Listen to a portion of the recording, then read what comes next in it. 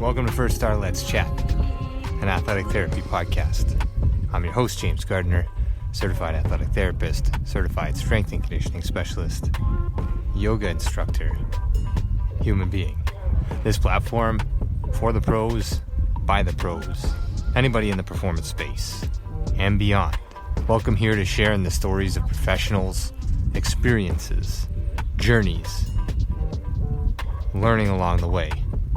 It's a platform to connect, to network, and to be a part of a community that cares, with conversations that matter, experiences that resonate, and generate ideas, thought-provoking, organic dialogue, passionate pros. Brought to you as always by First Star Therapy, Mobility Tape, Epic, and Benchmark Athletics. In association with the Canadian Athletic Therapists Association. It's First Star Let's Chat, an athletic therapy podcast. Thanks for being here. Thank you for being a part of it.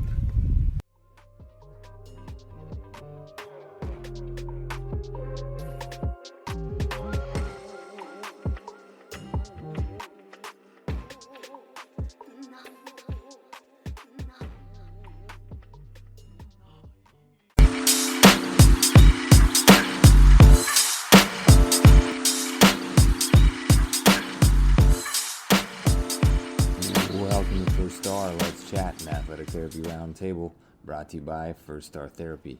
I'm your host, James Gardner, and this is a platform for the pros, by the pros.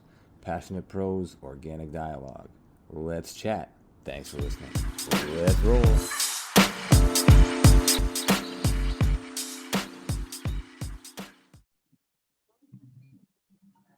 We are live. First Star, Let's Chat, an athletic therapy podcast. This is session 74, and just for housekeeping, 74 and 75 have been flip-flopped. We were unable to get Chris Tao on due to some scheduling conflicts on my end last week. So this is session 74 with Island ACL. Chris Tao will be our next guest, and we'll let you know when that's happening. A little bit further to housekeeping, we have a new home for our podcast on Instagram. It is now at letschat.at. Please follow, check that out. All of our sessions now up to date on there with a little bio, a little picture, and some communication through there. As always, these sessions are brought to you by First Star Therapy, Mobility Tape, Epic, and Benchmark Athletics. We have Kiersten McLeod and Melissa Pankratz with us this evening. They are the founders of Island ACL. They share a passion for youth injury risk reduction, ACL injury education, and supporting those going through any stage of injury or return from this injury. Kiersten is a graduate from BAET at Camosun College in 2015. She's a strength and conditioning coach and an athletic therapist.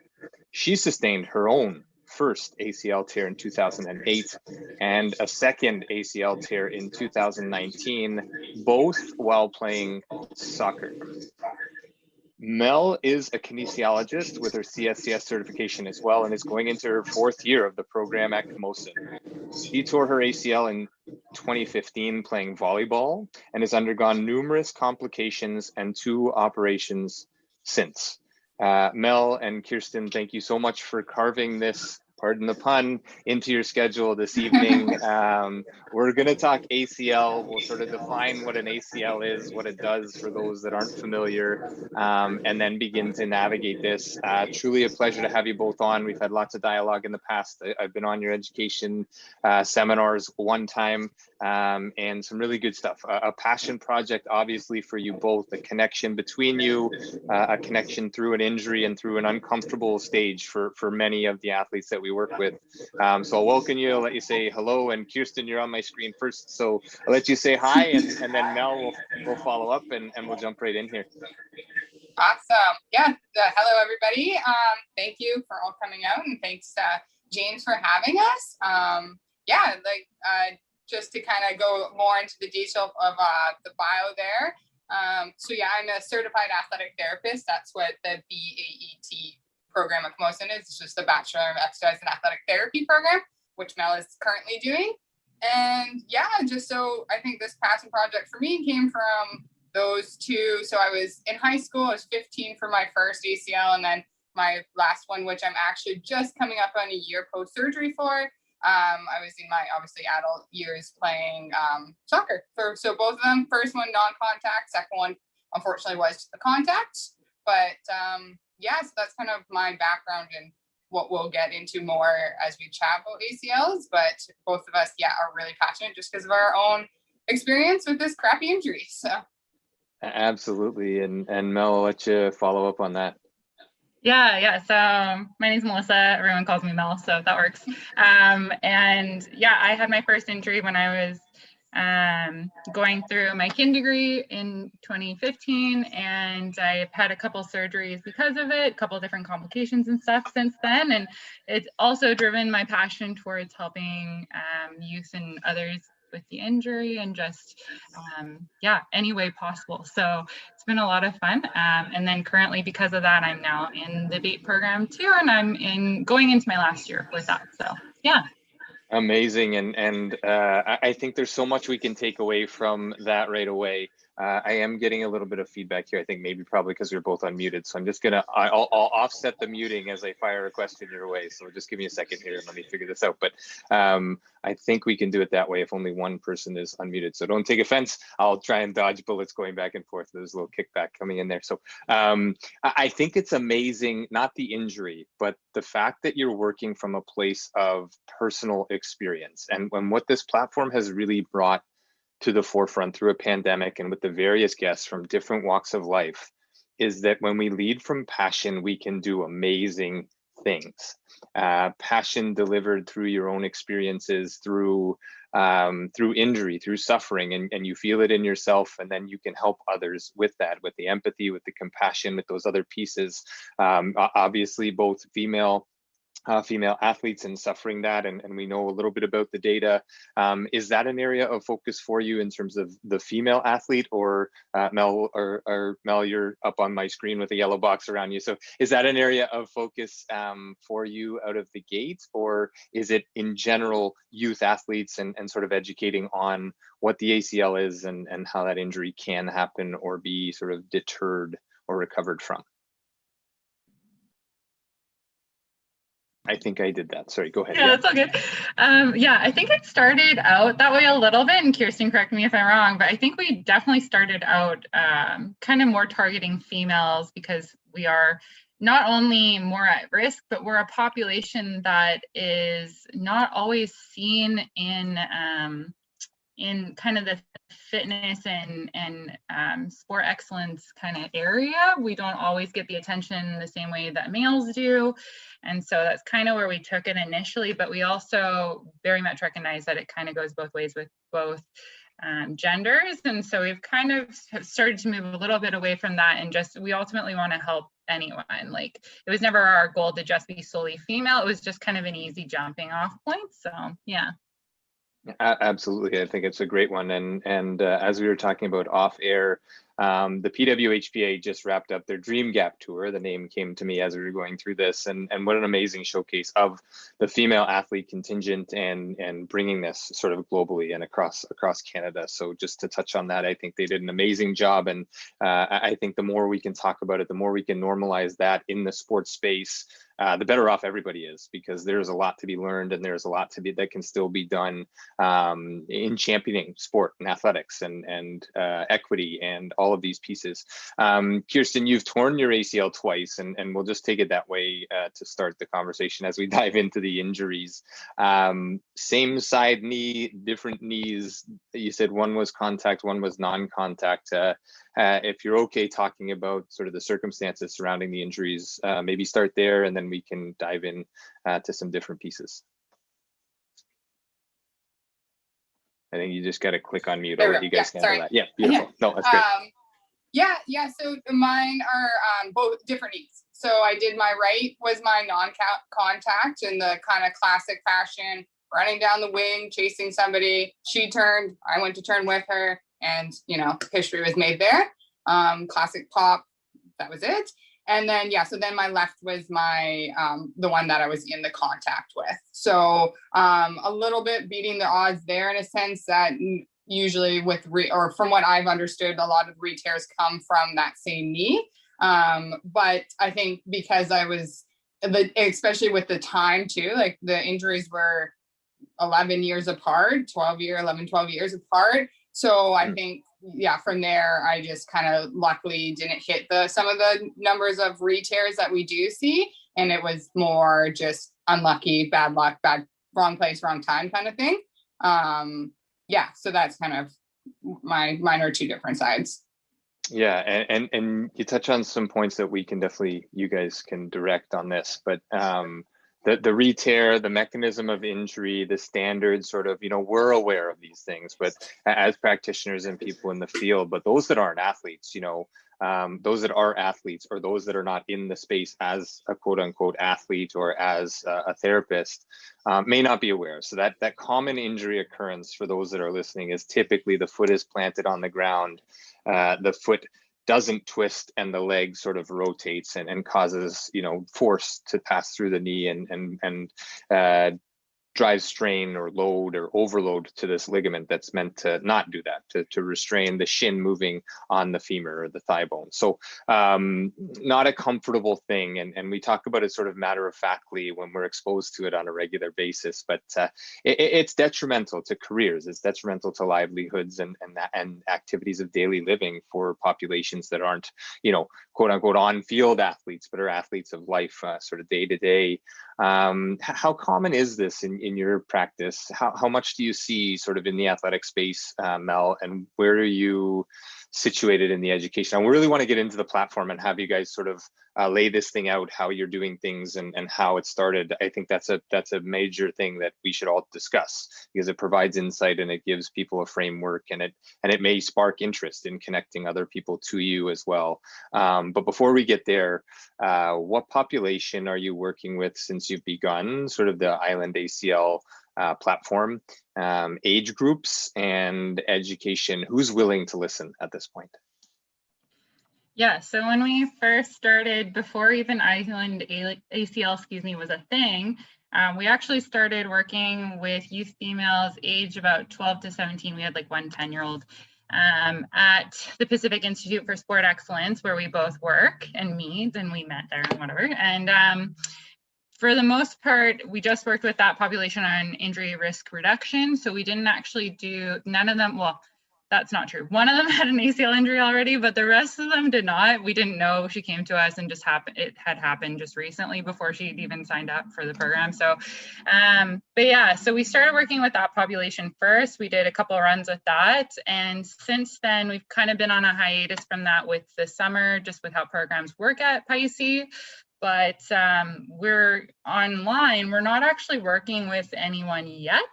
That's actually kind of our next step in the near future here, is to look to business license and kind of go forward and start working with potentially different individuals virtually, as well as if anyone's local and wants to work with us.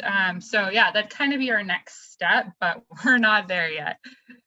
Okay, no, I think that's amazing that you're starting with the education piece first and then building to working with clients. I think that makes all the difference in the world. We've had any number of practitioners on here in various fields. And I think what has also trickled out as I start to pull sort of common threads through this podcast has been foundational understanding and youth education, both coaches, parents, and the youths themselves to have understanding of who and what they are as a moving and living being creates the understanding that they can work from. They can protect themselves, they can get stronger, they can understand what an ACL is and does, and why that's important, and why it's also critical. And I'll let you talk about this in detail. I do on a regular basis as well, but why straight line movements, sagittal plane and frontal plane almost need to be like, just get them out of the gym and like just do some natural movement and train with some external load and train with some stimulus of rotation and do these pieces, especially for the younger population, because rigidity doesn't build stability in a knee. It just doesn't when it comes to sport. Kiersten, the education piece, delivering that platform online seems terrific in a pandemic. People have time, but at the same time, people have been online a lot. I had the opportunity to sit in on the one that you did, and there were some great statistics. It looked like a great population of people, a good audience size, and I hope that that's continued to evolve. this is a bit of a niche market, you know, and we'll highlight the niche part of it with the ACL. Is there a lot of dialogue? Is there a lot of community that's willing to listen, to understand the significance of this injury, and be educated in the amateur levels? Because it takes somebody to educate, but it also takes people to listen. Yeah, good question. Well, even from that first education kind of piece that we did, that you had sat in on, we were still quite new with our, like, the page itself was still very new. And I was like, I think we only had a couple posts up by that time. So even now being, we're about 5 months, I think we did that at the beginning of this year, 5 or 6 months later, I feel like we've built a little bit of a community, and I've noticed that. And like, we do get a lot of direct messages. We get a lot of comments of just things that are people like, oh, like that's exactly what I needed, or I'm finding that there is a lot of information gaps, and I don't know if we're so much youth. I haven't really looked into actual what kind of age ranges we're hitting, but I'm seeing like a lot more kind of like, not youth, but probably like 20 plus, that are someone like me, who's in my position right now, who's active, played sports, then got injured, and now still has to work. And I think that, I'm finding a lot of gaps in terms of that education. So even just like, people didn't know how to use crutches, or people aren't sure when they should start moving. Like, we've had somebody be told like they had surgery and they shouldn't start working out, or shouldn't start rehab for 2 weeks. And like, just things that we, in our own personal and all our research, has just been kind of, like you said, we talk about it like it's common sense now.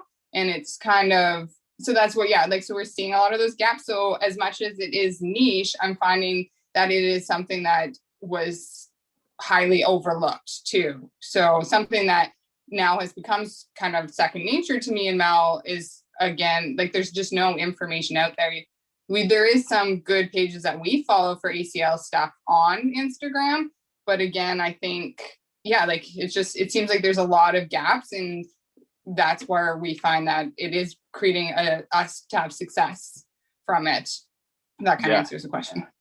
Yeah, absolutely. It does. It does a really nice job of sort of summarizing. I think as therapists, as practitioners, again, as personally experiencing the injury and then also going through the rehab, but now helping others, identifying gaps is critical. It's not just about redundant, repetition of study, origin, insertion, action of muscle, and just throw it out there. It's about integrating the knowledge so that it's relevant to the population that you're serving, or that you hope to serve. And truly, I believe, like, if we start from the inside out, and in this case, inside the knee, and work our way out, we will gain a better understanding of how the knee operates and why the ACL is critical to function. For anybody who's doing anything rotary, Mel, I'll throw it over to you in terms of just defining sort of what is the ACL and why is it important, daily living, and sort of like, let's call it sport as general knowledge. Yeah, for sure. So putting me on the spot here, eh? No quizzes, no tests. Yeah.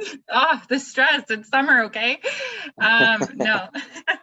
Yeah, so the ACL is obviously one of your four, I say obviously, that's terrible. It's one of the four main ligaments in your knee. So it's going to be one of the ligaments that helps support kind of rotary mobility at your knee, but obviously not over translation of that tibia on the femur or femur on the tibia, depending on what's fixed. So it is basically just a support within that knee alongside your muscles and your tendons, ligaments, other ligaments, that kind of stuff. So when it goes, it's pretty impactful on the knee, that's for sure.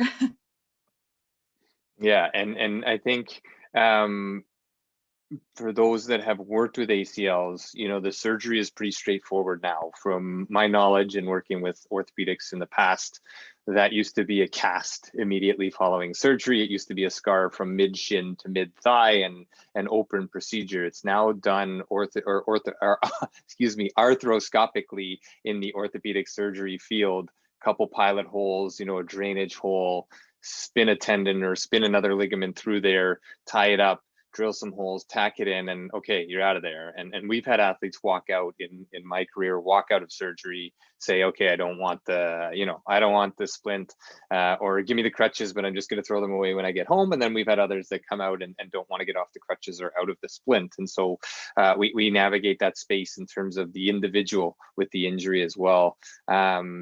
As you guys navigate, you're in a relatively small community there in Victoria, right? It's not massive, it's not a huge metropolis, but you have access to a lot of things, Camosun being sort of your common ground through the program out there that I hear amazing things about. And obviously you both coming out and doing something like this, or Mel just finishing up hopefully this year, and Kiersten coming out of there. Yeah, fingers crossed, and best of luck with that. Also didn't say that at the beginning. Yeah, I mean, have you guys worked with, or are you planning to build sort of a network as well, tap into some of the orthopedic surgeons and some other practitioners out there? What is your view of sort of a collaborative approach on this project? Kiersten, I'll throw it your way, just for volleying back and forth. It works out easy. Yeah, I think it's something, well, actually it's something we have talked about, and especially with both of us having our second surgeries in Victoria, and just having that hopefully connection with our surgeon. And our surgeons are out of a clinic called Rebalance, and they're one of the main hubs they have quite a few surgeons of various like knees, shoulder, hips, like of every variation in there. So I think it would be great to build a partnership with them. And then the other part that we have looked more and talked more about is kind of like building partnerships with high schools, or building partnerships. There's a really big soccer community, and also the Pacific Football Club, PFC, is out of Victoria. So just trying to network more and get more into these like the high schools or sports communities, because I think locally that's where we'll make the most impact. So as much as we are athletic therapists and we want to help rehab, I think, at least Mel, you can touch on that too, but for us, or for me, it's the prehab or preventing. So that's just one thing I've taken away from this, is I really would like to help everybody afterwards too. And it's just, I want less people to have to do it. Like, and just from the research that we're seeing out there and the lack of knowledge that we're seeing out there, is I do believe we can trend the numbers more down. And I don't think that as many athletes should go through this as they have. Obviously those contacts are that just like some biomechanics that are unpreventable, they're always going to be there. We're not going to be able to erase an ACL, but I do think that we could lessen that. So I think the more people we get involved in, the bigger community we grow. And like, even if we teach somebody else how to do it, I think that's a win in my books. Even if I'm not personally having my hands on anybody anymore, the more people that has more education, I think is just better for everybody. Yeah, I think that's a brilliant way to look at it, and it makes a ton of sense. In reading through the bio and navigating sort of the space that you're both working in and creating as you go along here, along with your practice, Kiersten and Mel, as you navigate sort of the fourth year as coming into this. Prevention is sort of this thing that I'm managing in my own mind these days. And like, I spend a lot of time in baseball, and we talk about like UCL, the ulnar collateral ligament in the elbow, and like preventing that injury from happening. And I truly believe, based on my knowledge and experiential and conversation and biomechanics, some of these things cannot be prevented. Some of these things cannot be prevented due to external forces or internal forces, or biomechanical load or strain, or the way the bodies are set up, or the way that somebody has done something for X number of years, and it's just sort of being degraded over time, in the throwing elbow at least, which is not necessarily just an elbow injury. I love that we're talking sort of risk reduction versus prevention. And I think that language, I tend to lean on deterrence versus prevention.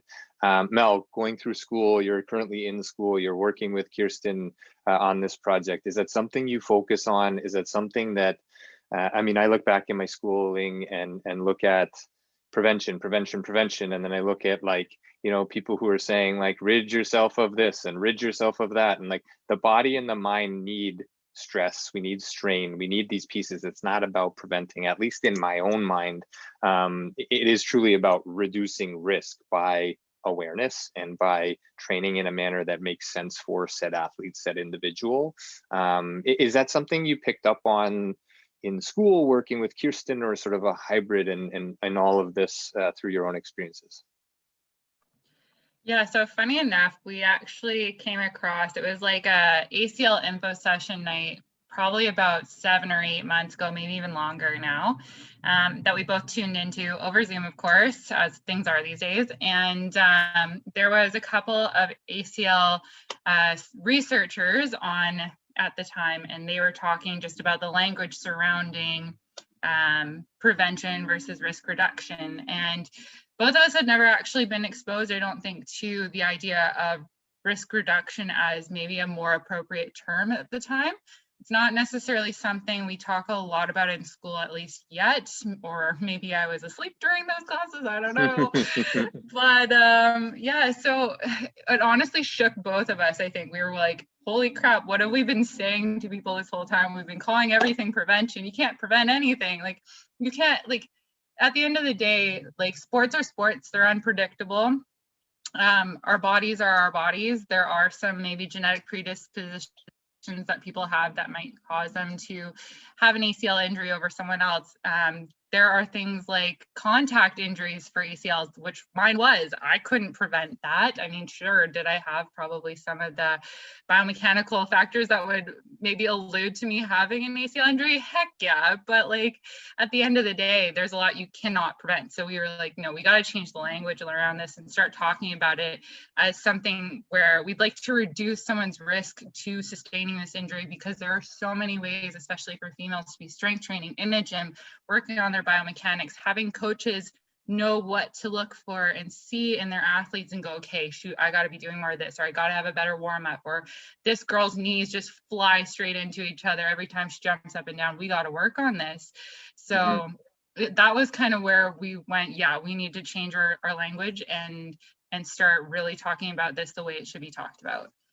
Yeah, I think that's absolutely fantastic. And you talk about that again, like this foundational piece of strength training, looking at mechanics, having people who know what they're doing at the baseline, and looking at this. Contact injuries is an interesting one. The external environment is not studied typically when we look at injury, right? Like, we can call it a contact injury, but then where do we go? Okay, yeah, it was a valgus or an outside in load with a foot planted. So the translational forces, okay, MCL, meniscus probably, and ACL sort of paired together in a situation like that. But ourselves as this massive organism is ever changing, and there is so much going on in our body as so much more than a sum of its parts, just as the external environment, from second to second, from where my eyes are looking to where my foot is planted to where the ball or object on the ice is. All of that plays a role beyond sort of predispositions, from anatomy to biomechanics to all of these things, the unpreventable nature of sport. I think you touched on that. We can't prevent every single thing from happening, but we can certainly risk reduce or deter through all of the things you touched on. And we talk about, I was lucky enough to do my master's in looking at knee injuries in the varsity population while I was at York University, and NMTs, neuromuscular training programs, on top of strength, on top of on-field, on top of skill set, gender or sex irrelevant.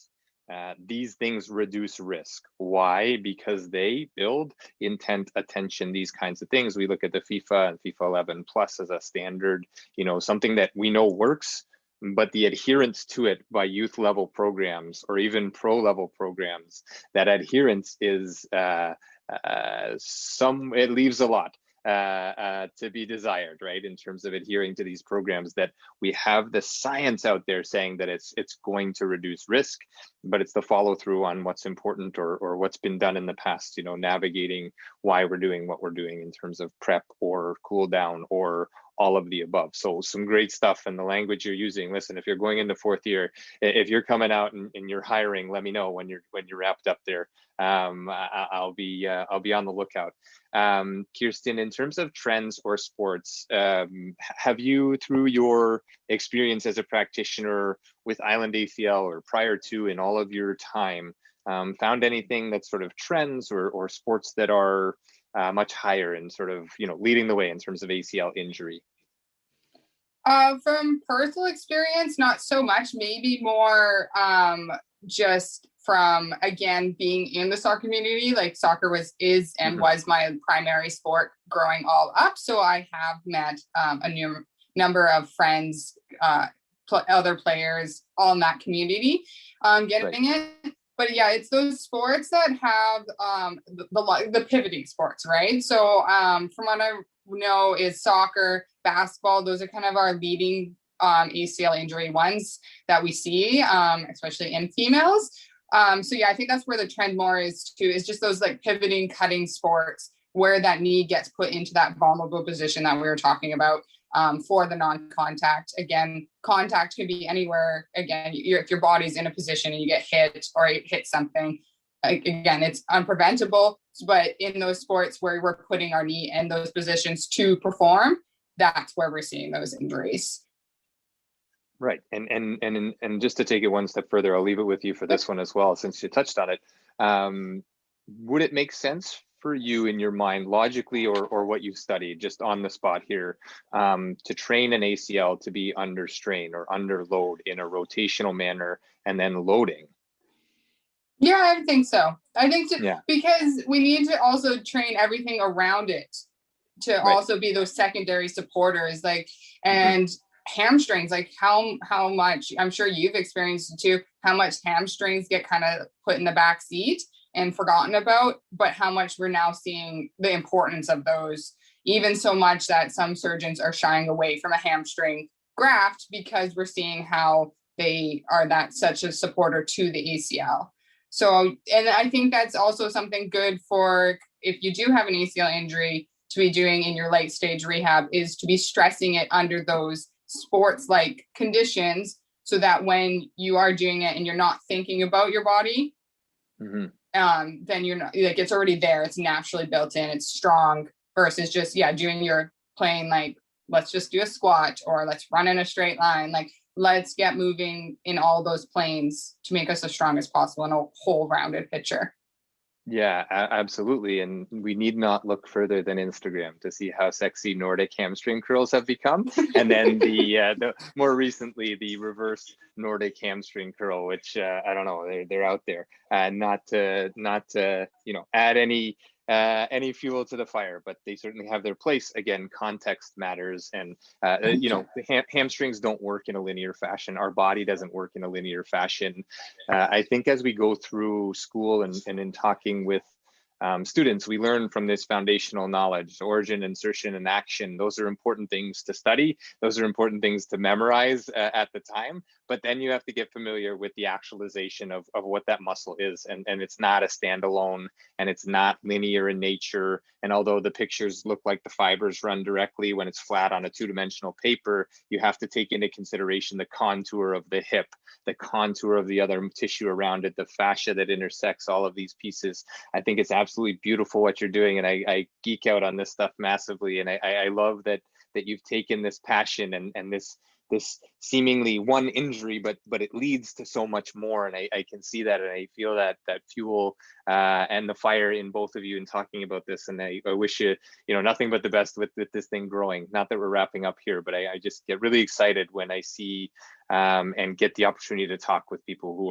are doing amazing work. And again, starting from your experience. And Mel, let's take it down that road a little bit in terms of your experience. I know you, through different people and different channels and sort of social media and meeting this way and then navigating this piece, it hasn't been easy recovering from your surgery. Through your experience, where have the struggles been for you, or the hangups, if you're okay and comfortable to talk about it? And then how do you think that helps you in relating to other people? Not telling everybody to blow out their ACL and have a tough rehab, but I think there is an empathy piece that goes into every practitioner. It goes a long way to understand and to listen and to feel. So your experience and the hangups sort of were the stumbling blocks along the way in your rehab. Yeah. Well, I mean, do you have all day? No. We are in a lockdown. Yeah. That's true. That's true. No, I mean, it's been a long, grueling one. Like I said, I was injured in 2015. My first surgery was in 2018. My second one was end of 2019. And I'm currently waiting on my third one. So it's been a long journey. And some of the toughest moments have been in those moments where, like, knowing what I know now and going through the rehab process as I'm learning about the ACL and ACL rehab and stuff, you start to realize that when you're a complicated case like mine has been, that you're not going to be where the milestones are said to be. You're not going to be running at that 3 to 6 months. You're not going to be jumping when you're supposed to be jumping. You're not going to be doing all these things. And even so, like, I've had that moment of, okay, I'm not on a team anymore, but Kiersten and I are together going through rehab together, and she's way ahead of me, and she's like got a good, like, I got a good 6 months on her in my rehab or something for that particular surgery or whatever it is. And you have to just remind yourself that, like, this is your journey and your body is so different. And I've had to remind myself numerous times that, like, this is a lot more complicated for the reasons that it is. And so all that to be said, I think the biggest things that have come out of it have been the ability to talk to others when I'm struggling, to seek out those people that you need to seek out to chat about it, to be okay not being okay for a little while because it's hard, to accept that, it's going to be a challenge to work through the rehab, but also so rewarding at the end of it because of, how hard you have worked to get back to running or get back to jumping or whatever. When you hit those milestones, it's huge. So for me, going through all this, I mean, like we said, it fueled that fire and that passion to help others, but I know exactly what every single one of those people has gone through because I've probably gone through all of it. Mm-hmm. So it just makes me, like, feel huge empathy for them, but also really just helps me kind of find the words to, like, be like, you're gonna be okay because, and whatever reason that is, or hey, have you thought about XYZ? So, like, out of all of that, I think that's been my most favorite part. Like, we throw up all the exercise posts, we throw up all the informational posts and research posts, but at the end of the day, I think my favorite part is throwing up the hey, you're gonna be okay post and having people come back to us and be like, I needed that, because they did, because I know I did.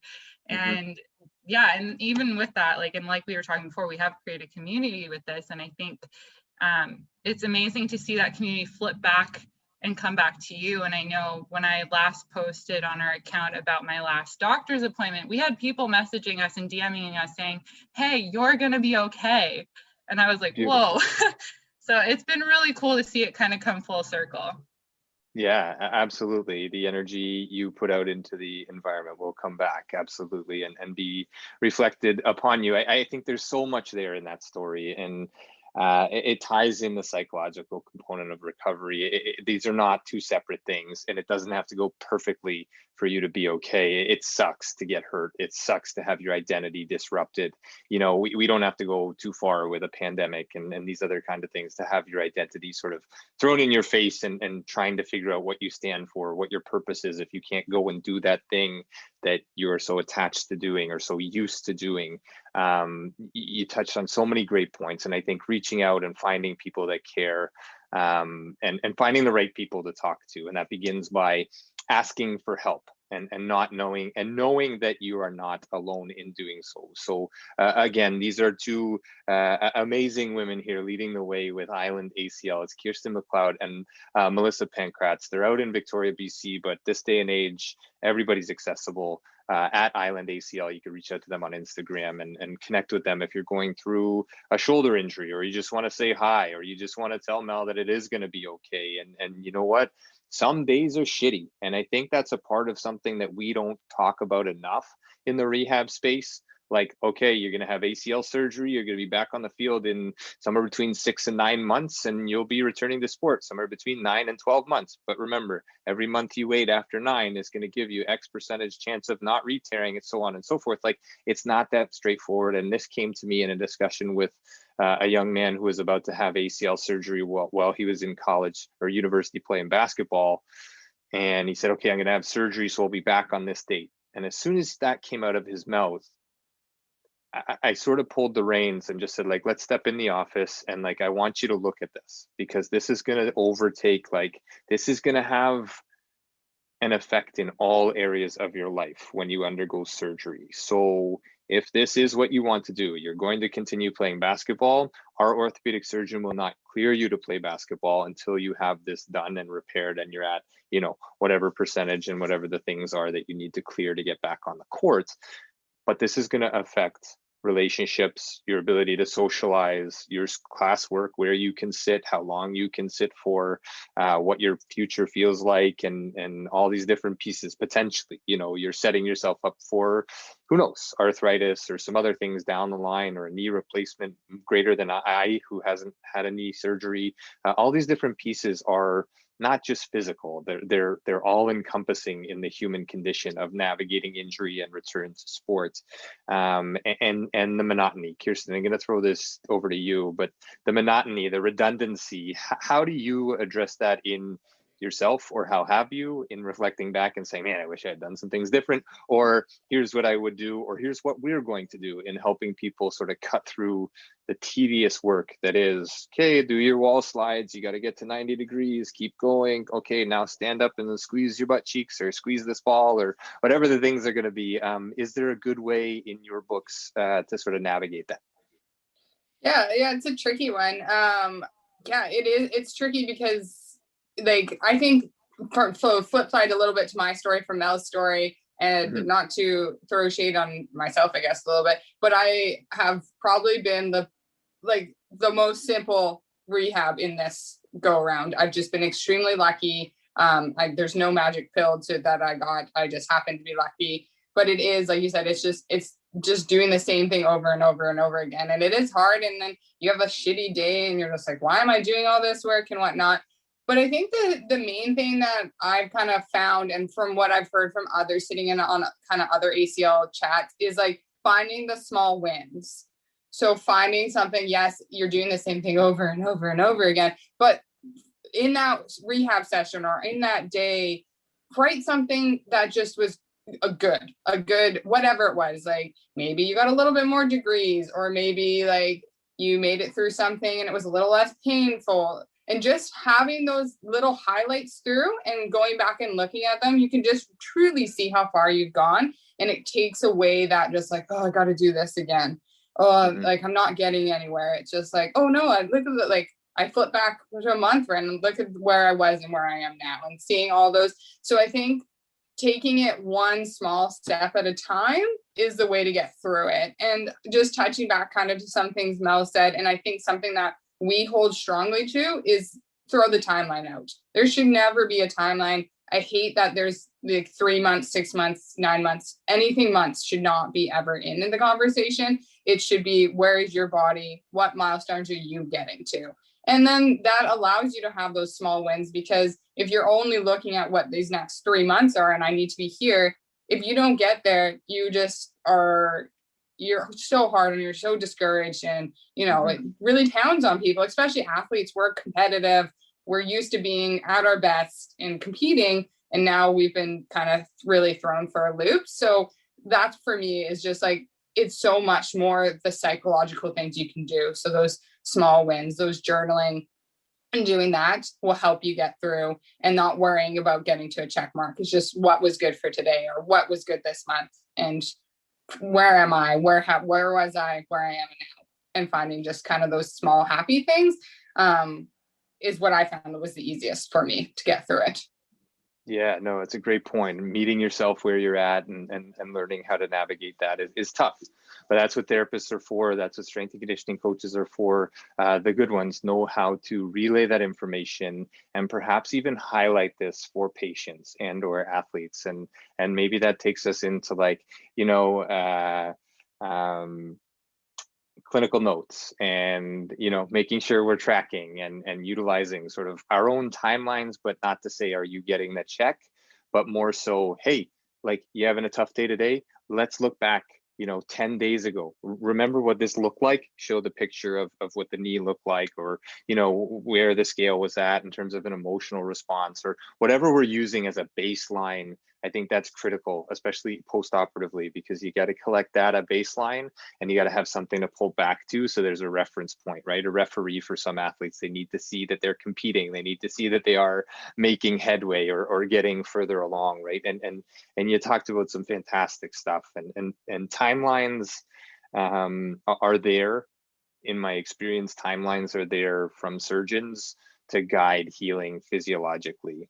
We've found a lot of athletes want to run up against those timelines and beat the timeline, and then we got to pull the reins back or hit the brakes a little bit, because we're at 6 months and you know, we can't do anything between 6 and 9. Like, this is what our surgeon has stated: between 6 and 9, you're not. So we get to 6 really, really fast, you're in a bit of a stall. But some of those physiological timelines as well, in those first few weeks and first month or so following ACL rehab, are critical to get to full extension. They're critical to get flexion, you know, to a certain point through the literature, because that means outcome is going to be potentially more successful. But I'm with you in terms of, okay, let's start looking at like 12 months. And if you don't get back on the field by 12 months, you're a bust, because I think that is detrimental, certainly. Really great stuff. And the small wins, I absolutely love that, finding the small wins along the way. And potentially, you know, for anybody listening who's going through that, or again, like, let's call it what it is. We're in the middle of a pandemic in Ontario. We're in a stay-at-home order, and there are good days and there are bad days. And I think highlighting the good doesn't mean we're looking at things like, oh, it's always sunny and I love life. No, life's going to throw you some thunderstorms. What good is coming from the thunderstorm, right? There's calm after that. And so highlighting those little wins along the way, whether we're talking ACL surgery or pandemic, or having this conversation tonight, which, by the way, is an absolute huge win on my end. We've been trying to line this up, and I truly appreciate your time in being here. Everybody who's here live, this is great. And everybody picking this up on the podcast. This thing is gaining steam. As mentioned, we have a new home at letschat.at on Instagram. We also have a table Wednesday night for the social and awards banquet for the CATA. This podcast is always brought to you in association with the CATA, but shameless self-promotion leading up to this thing. Anybody who wants to come out to the social, bring a drink. It can be tea, it can be water, it can be the opposite. It can be whatever you want to put in your cup. We have a table. It's Let's Chat. Feel free to join that table, network, connect with people. We'd love to have any and all that are willing to sit, quote unquote, to be at that virtual table and just share this space, the performance space. You don't have to be an athletic therapist. You can be a student, you can be a chiropractor, you can be anything, and come out to that awards and social gala if there's some interest on your end. I think it'll be absolutely fantastic. And this isn't a plug. I mean this authentically. We just had a call about it yesterday. It's going to be a ton of fun. There's a little video, there's a whole bunch of different rooms. We're going to socialize. You know, everybody does it virtually these days anyway, at least in Ontario. And yeah, it'll be a good time. So let's chat. That's the table if you want to come out on Wednesday night. That's June 2nd, I believe, CATA awards and social evening. Amazing stuff. And listen, I never think ahead of time that this is going to be easy to talk about. So I appreciate you both sharing your personal stories and sharing this platform. So let's shift gears a little bit into the future, or into the now, and what the future may look like. Mel, you're going to graduate. It's going to be fantastic. It'll be all the things. What does Island ACL look like in terms of its development? You said you've laid the foundation for education. You're going to start contacting and connecting with a bunch of different people. How does this play? How does this look in your eyes in terms of, I guess, how it feels moving forward? Yeah, so it's a tough one, right? Kiersten and I have chatted at great length about this, but we just don't know where we're both going to end up at the end of the day. I don't know if I'll stay here or not, and Kiersten's been here for a long time, but we don't know if she'll stay here either. And so for us, it's about making it mobile in some sort of way and making it something that we can continue to do even if we're not together anymore. And it is, like we talked about, kind of that virtual platform is our next kind of go-to, and just kind of seeing where we can take it from there. And but further to that point, for me, working clinically, if it wasn't obvious, that's a niche I really want to kind of stick with. So that's kind of where I'd like to gear myself towards as I just grow in my confidence with clinical skill and such. So that's kind of where we're headed for now, but we'll see. Maybe life has other plans for me. So I think that's great, and leave it open, because there's plenty of ways to connect through the virtual space, and you're both through the NSCA, both CSCS certified, so certified strength and conditioning specialists. I as well hold that designation and the athletic therapy designation, and I think these two play so well in the sandbox together that I in looking back, one of the greatest decisions I ever made was to go into the weight room and listen and just watch and be paying attention as the athletic therapist who's in the clinic and doesn't know what's going on in the gym. Like, get in a gym, get on the gym floor, be able to speak a language that can go through walls. Because if you're just speaking clinically and then you have to talk to an athlete who has no way of navigating that, or you have to speak to a strength team that doesn't speak the same language, I think it's about creating transdisciplinary language. It's about speaking with passion and pride, but at the same time with clarity. So we all know where we're going, and we know that the athlete is at the center of it. And I think you guys are doing amazing stuff, whether it turns into something in a physical space, stays where it's at, or grows. I absolutely am humbled and grateful for you to share this with us. I think platforms like this, again, they come from a good place, and they're only going to lead to good things. And Mel, as you go through school and you're navigating that, I think back to my fourth year, and wow, good for you. And Kiersten for taking Mel under your wing, or being under hers, whichever way the relationship goes, in both ways, I'm sure, in certain ways.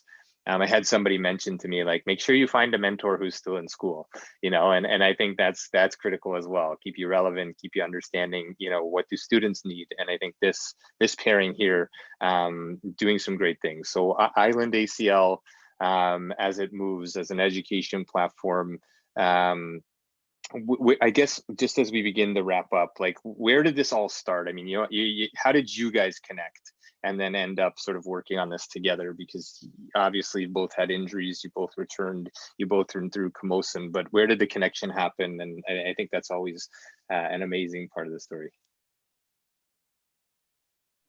Yeah, I think that really it came from us both kind of complaining in a sense, both maybe whining a little bit about what we were going through.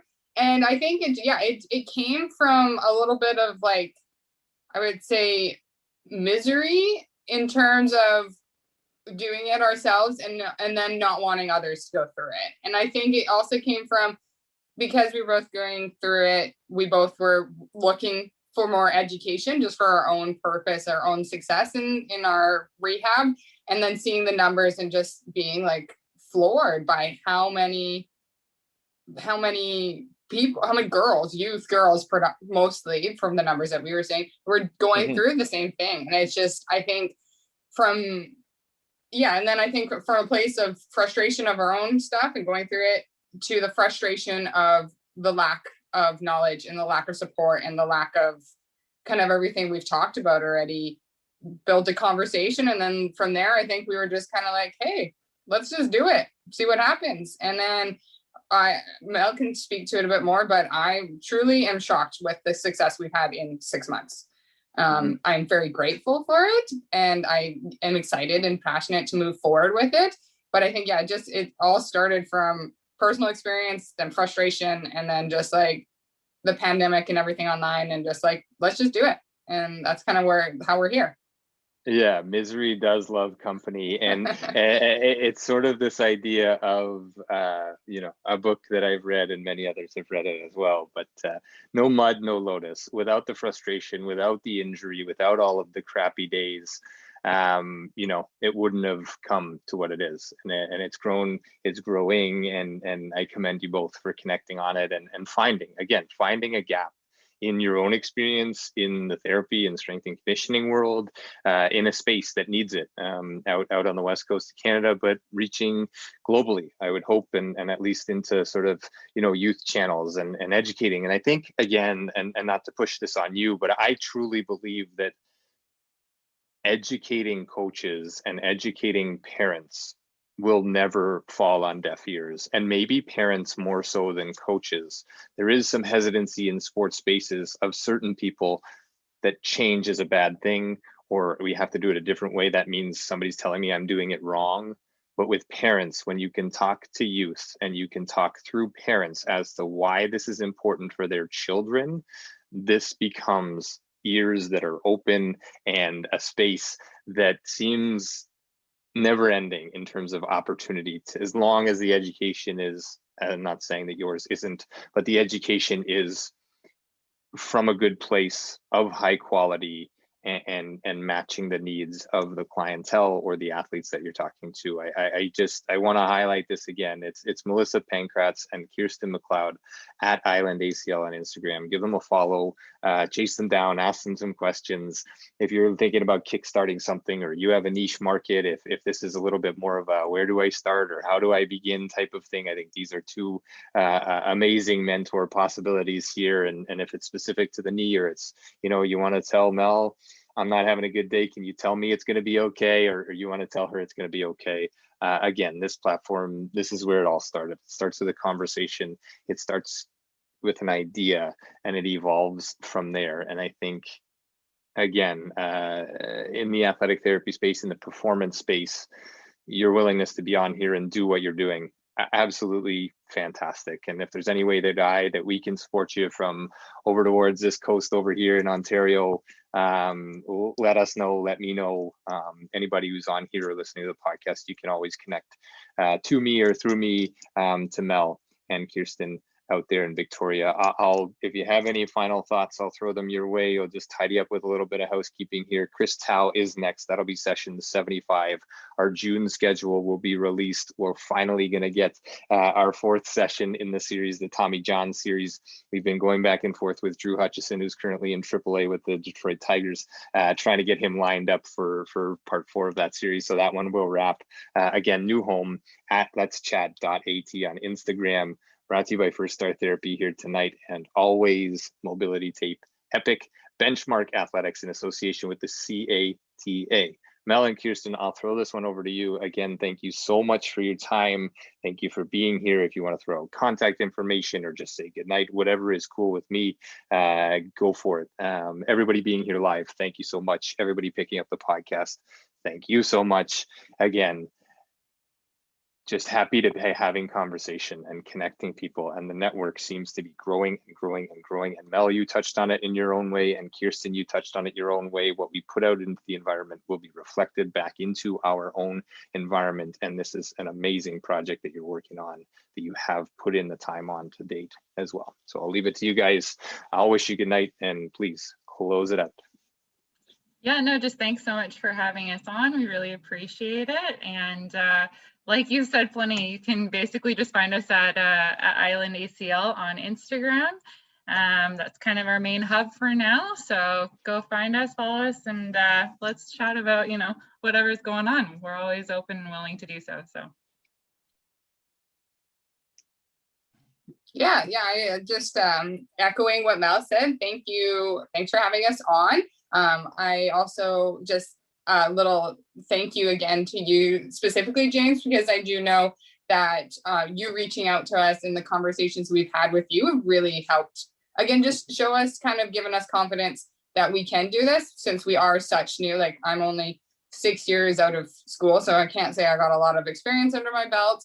And then Mel going through school. So I think not only all the support and community we built as ACLers, but also all the ATs and practitioners out there that have also supported us and helped us grow our education, just has been great. And we just are so thankful for everybody. And please, if anything, if you want to send us any information too, we're always keen to read more on ACLs or knees or really anything. So yeah, just hit us up on Instagram, and we're keen to chat.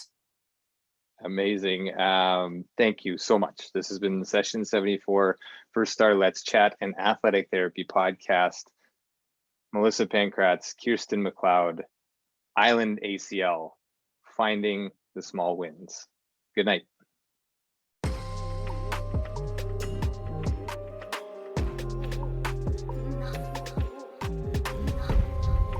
Thanks again for being here. Thanks for listening. Thanks for being a part of this community. Check us out online, firststartherapy.com. That's FIRSTAR therapy.com. Or email us with feedback, consult@firststartherapy.com. CONSULT@firststartherapy.com. On Instagram @firststar.therapy, and our podcast host @letschat.at. This is First Star Let's Chat, an athletic therapy podcast.